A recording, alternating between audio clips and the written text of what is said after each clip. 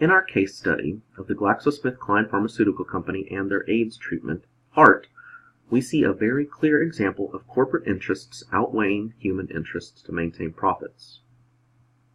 Hello everyone, my name is James Marks and I'm going to talk with you about the correlations between the GlaxoSmithKline case study and the theory BEST. The pressure came from charitable and humanitarian agencies such as Oxfam, Medicine Sans Frontiers, and ACT UP. These agencies, acting on behalf of humanity's needs, changed corporate behavior. This is the type of change that the theory has outlined, a cultural and ideological shift that prioritizes human needs over that of corporate needs. The theory's idea of a rapid, sometimes violent change, not necessarily yielding violent outcomes, is also demonstrated here. Cooperation and common interests in this case were actualized and maximized, while competition was minimized once appropriate pressure was applied. Taking it a step further, and zooming out a bit, practicers of BEST are tasked with doing more than prioritizing human interests over corporate. The theory provides a rubric for how to prioritize in order to live sustainably, and it calls on everyone to that action. The biophysical evolutionary systems theory has many strengths and weaknesses that must be overcome to function as intended. Some of its many strengths include the most fundamental ideology that human needs and interests are greater than that of corporate needs. Every good theory needs to offer up a corollary, a new proposition. This theory recommends a global agreement that contains several specific provisions. While we agree that having a recommendation at all is a strength, the quality of the recommendation leaves something to be desired. I'll come back to that in a moment. BEST requires interdependence, diversity, efficiency, and reductions to bureaucracy, which many can agree on are beneficial. BEST also has several weaknesses. For starters, the theory is very polarizing and hard-lined. The authors seemingly issue their edict and demand compliance. The only alternative they offer you is certain destruction within the current generation. Secondly, the time it would take to implement a global agreement of this magnitude using today's standards is far greater than the time the authors say we have before environmental collapse would be irreversible. Now, it's important to note that the theory is over 10 years old and the Paris Agreement was put in place in 2016. This agreement between nations is a very public and controversial topic in the United States, now that we, the U.S., have withdrawn from this agreement. Who thinks the two are related? Drop a note on the discussion board letting us know what you think, or what you Google. Thirdly, the clauses outlined in the agreements and tenets were unrealistic and likely unattainable.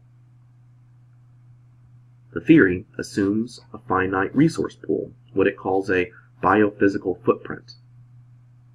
This assumption may be true today, but technology, agriculture, and other economies could change the size of this footprint.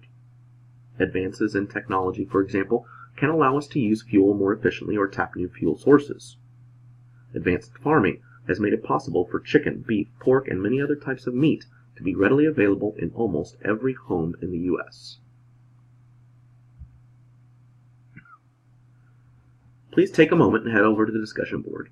In your opinion, what are some of the theory's strengths, its weaknesses, or how might it be improved? Do you agree with the assertions that were stated here today?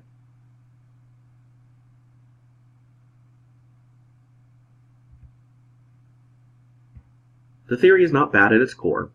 It strives for sustainability, acknowledging it, and prioritizing for the things that are really important. The theory could be improved by having more flexibility and leniency in the agreement that the authors proposed. Taking a hard line and accepting no quarter is not a negotiating tactic, and will end up with everyone walking away from the table before negotiations even begin. The theory needs to acknowledge the role technology and industry have to play. Both can delay or potentially resolve some of the issues that are outlined in this theory. Finally, and most importantly, offer up some stopgap or one-time windfall recommendations. These recommendations could buy time until a global agreement can be reached and implemented.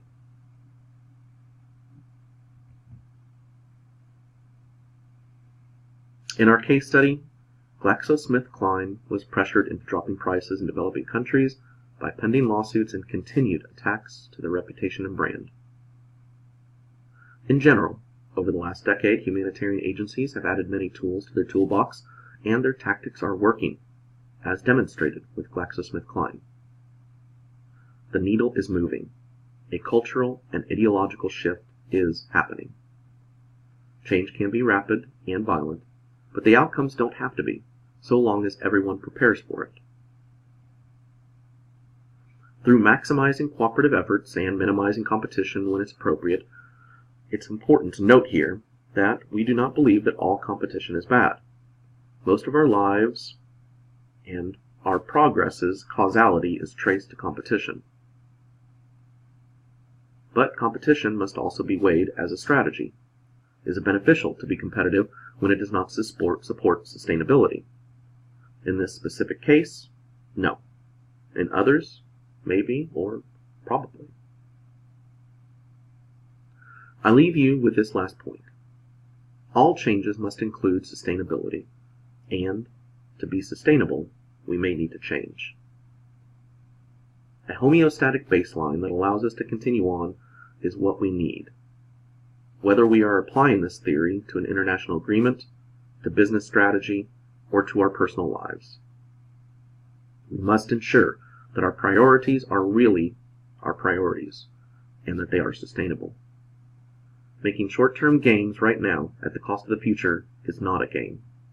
It's a loss. Thanks for your time, and don't forget to head over to the discussion board and give us your thoughts.